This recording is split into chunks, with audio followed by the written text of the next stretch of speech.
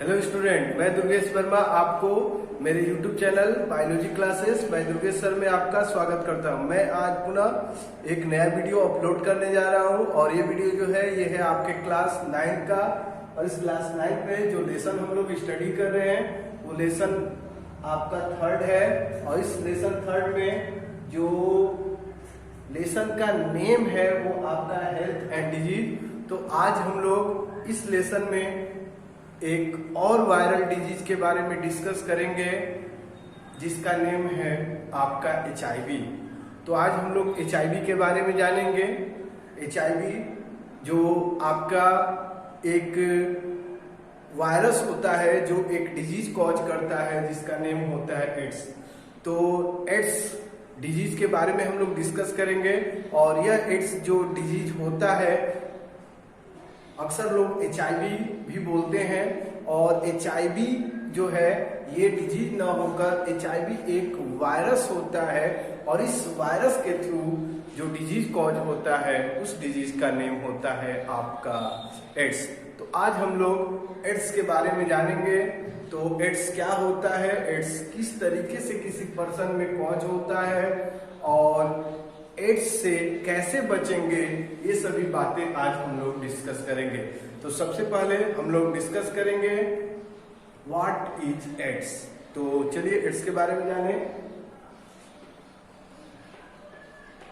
Ads तो आप बता सकते हो इसके बारे में। It is a viral disease. It is a viral disease.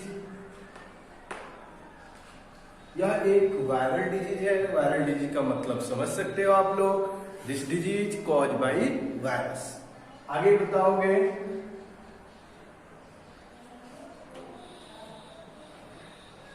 It cause bye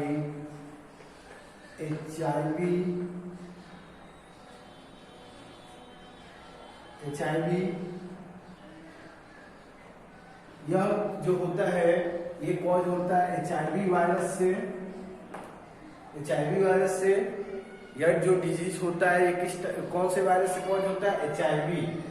तो आप बता सकते हो what is AIDS. It is a viral disease it cause by HIV virus. जो HIV वायरस होता है, वायरस में बहुत सारे वायरस होते हैं जैसे फ्लू वायरस है, इन्फ्लुएंजा फ्लू कॉज करता है। उसके साथ आप लोगों ने इससे पहले हमसे स्टडी किया कॉमन कोल्ड। ये कॉमन कोल्ड का जो वायरस होता है। वैसे आपने रेबीज का नेम सुना होगा। The rabies is also cause by virus infection. तो ये भी होता है। उसी तरह से अगर आपसे कोई पूछे कि एड्स जो डिजीज है ये किस वायरस से कॉज होता है तो आप बता सकते हो बच्चे HIV वायरस से। ओके, अब इसके बाद हम लोग जानेंगे कि यह जो HIV वायरस होता है ये किस तरीके HIV वायरस से जो डिजीज कॉज होता है ये किस तरीके से स्प्रेड होता है और क्या इसके सिम्टम होते हैं जब यह एड्स डिजीज होता है HIV के इन्फेक्शन से।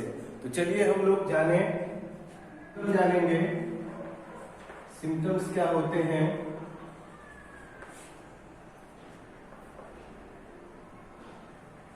In early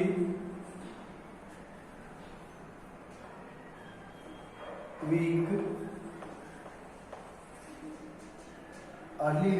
of this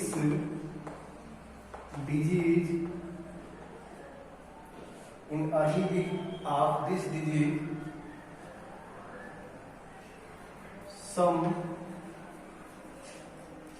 flu-like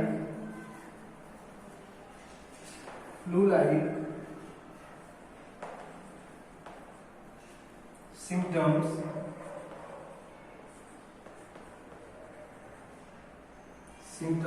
are seen. First fever, second chill, इसके बाद आप बताओगे हेडेक, इसके बाद आप बताओगे सो थ्रो इट। तो जब अर्ली स्टेज जो होता है, शुरुआत की अवस्था में, जब यह वायरल इन्फेक्शन कॉज करता है किसी पर्सन में, तो उस टाइम एड्स का जो प्राइमरी सिम्टम होता है, शुरुआत के वीक में आपका फर्स्टली होता है, वो आप बताओगे फीवर, इसके बाद आप बताओगे चिल्स, इसके बाद आप बताओगे हेडेक, सोर थ्रोट। ये सभी सिम्टम शुरुआत में देखने को मिलते हैं। ओके, इसके साथ आप बता सकते हो पेन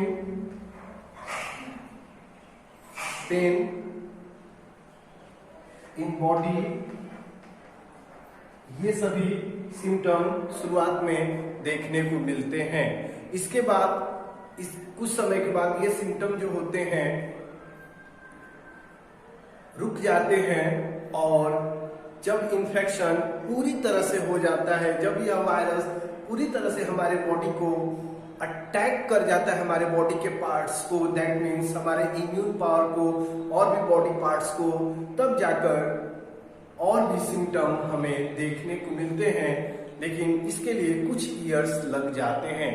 तो अगर ये प्राइमरी सिम्टम जैसे अगर आपको दिखता है, आपको चेक करा लेना चाहिए, जिससे आप बच सकते हो।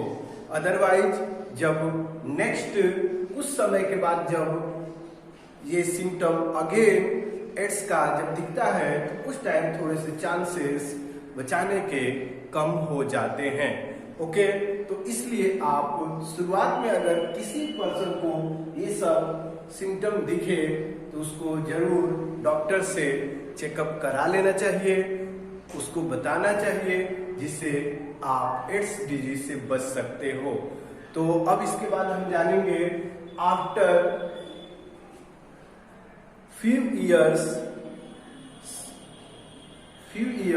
of infection, another symptoms are seen in AIDS disease. तो अब चलिए वो जान लें हम लोग। तो बताएंगे, ये तो अर्ली सिम्टम हुआ, इसके बाद बताएंगे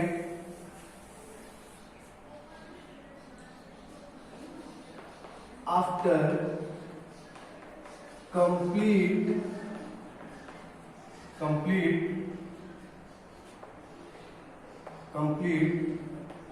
development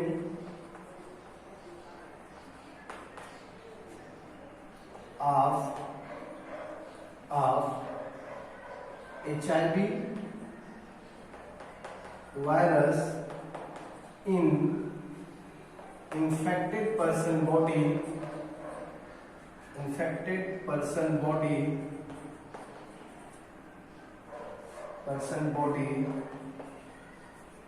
following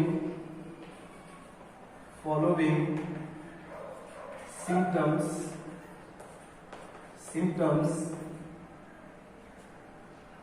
are seen like as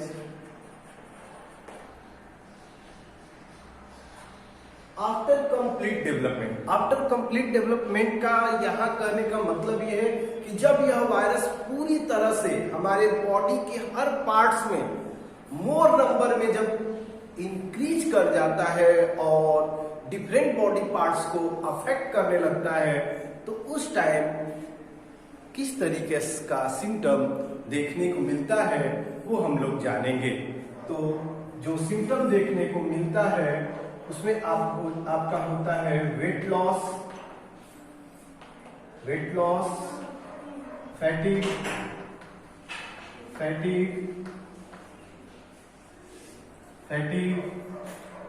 weakness,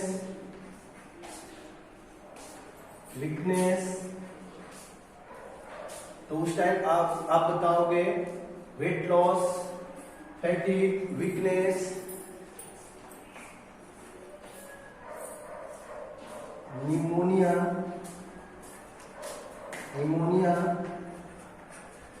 like pneumonia like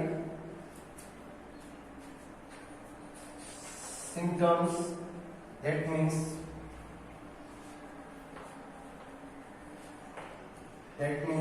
pneumonia cause, क्योंकि इस डिजीज में आगे चलकर निमोनिया लाइक सिम्टम मतलब कहने का pneumonia cause, pneumonia cause.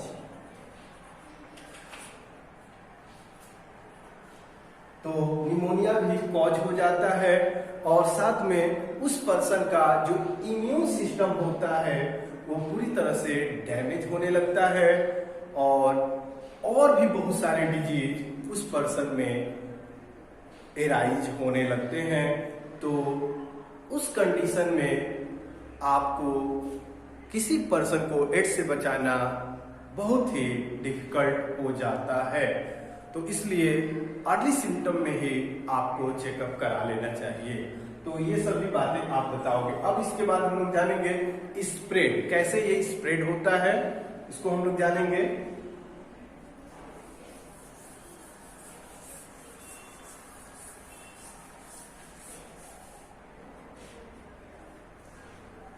Spread बताएंगे this disease spread by following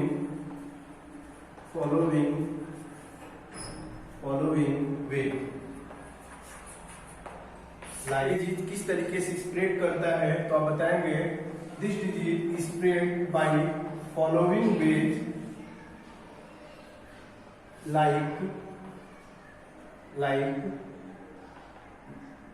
like blood,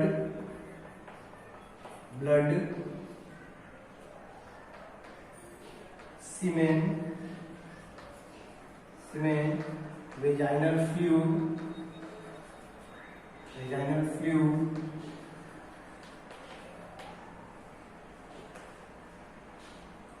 and breast milk।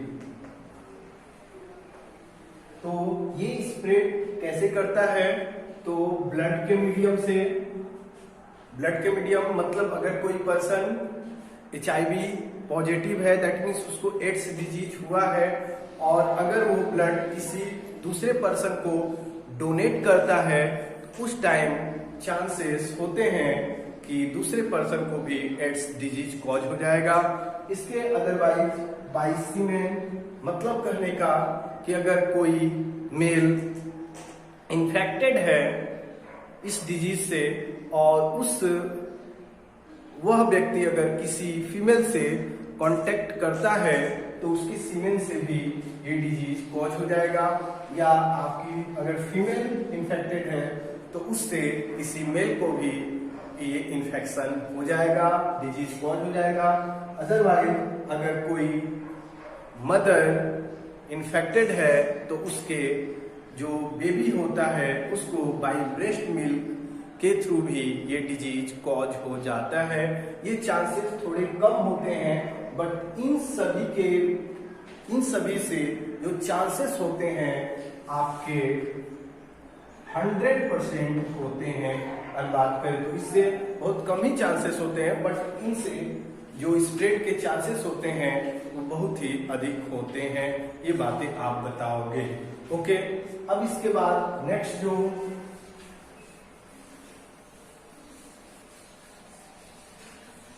इसमें डिस्कस करेंगे वो होगा prevention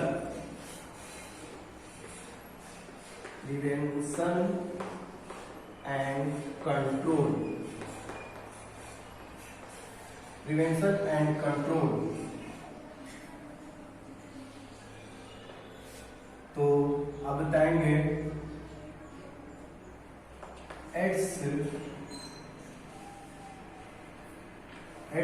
disease can be prevent by following following methods like avoid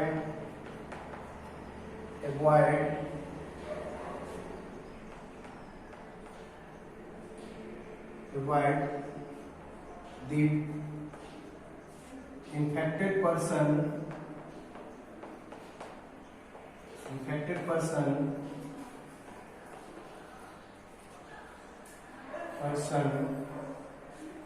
blood transfusion।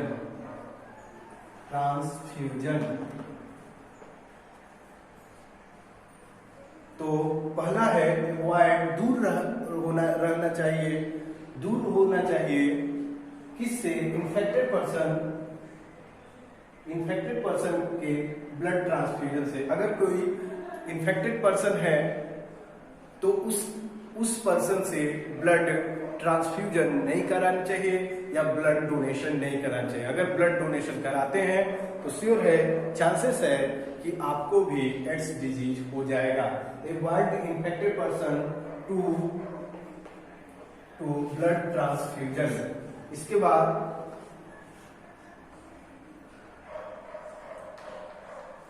Avoid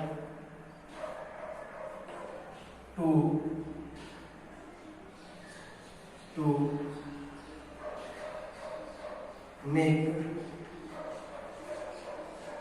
sexual contact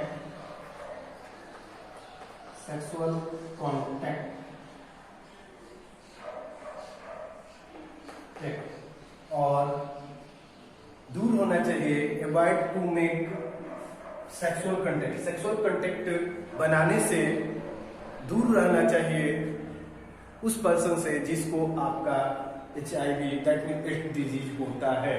इसके बाद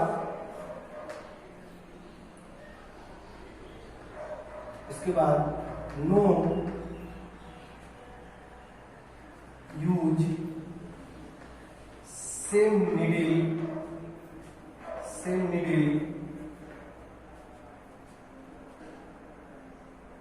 to take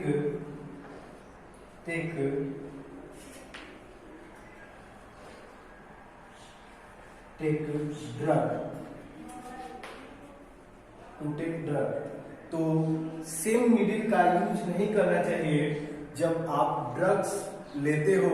that means अक्सर क्या होता है कि जो लोग ड्रग्स लेते हैं एक ही नीडल से, जो इंट्रावेनस ड्रग्स होते हैं उनको वो एक ही नीडल से लेते हैं और उससे अगर किसी भी पर्सन को आपका एड्स हुआ है तो श्योर है कि उस ग्रुप में रहने वाले सभी को एड्स हो जाएगा। तो ये वे है जिससे आप एड्स से बच सकते हैं। इसके otherwise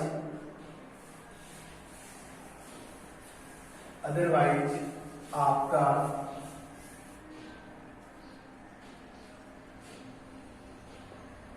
in hospital for checking AIDS a test is available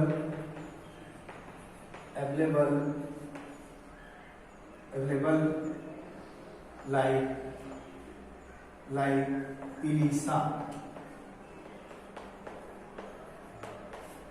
ads को चेक करने के लिए हॉस्पिटल में ELISA टेस्ट उपलब्ध होता है और इस टेस्ट से पता लग सकता है कि किस पर्सन को एड्स हुआ है, तो इसका यूज कर सकते हैं। अदरवाइज इसका अभी तक कंप्लीटली वैक्सीनेशन तैयार नहीं है, तो इसका यही है कि जितना आप प्रिवेंट कर पाए अपने को उतना ही आप एड्स डिजीज से बच सकते हैं। तो मैं आशा करता हूँ सभी बातें आपको समझ में आ गई होंगी।